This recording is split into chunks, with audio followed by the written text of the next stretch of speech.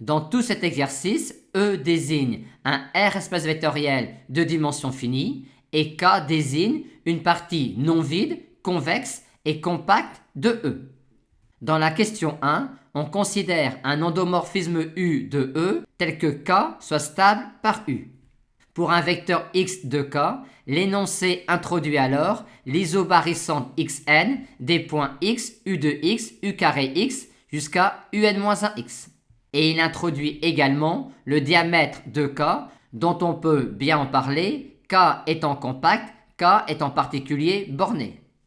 Et on nous demande alors de montrer que U possède un point fixe A dans K.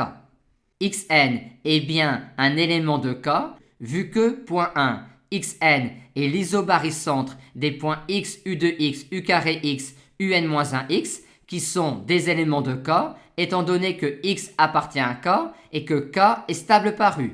2 et 2 plus, K est convexe, par conséquent, Xn appartient à K.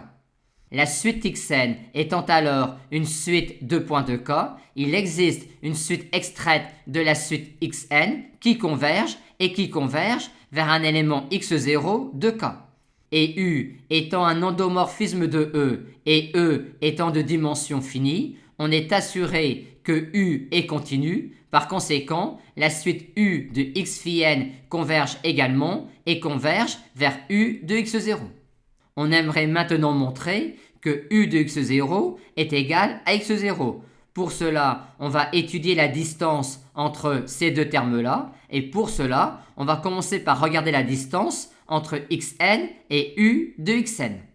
Par télescopage, on obtient tout de suite cela. Et vu que l'on a ici et là des éléments de K, on peut majorer ainsi la distance de xn à U de xn.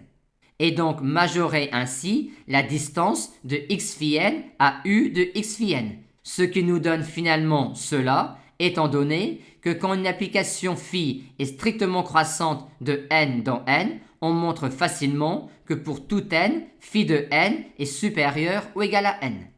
On en déduit donc que la suite U de x phi n moins x de x phi n converge vers 0, ce qui achève de démontrer que U de x0 égale x0 et on a donc bien répondu à la question posée.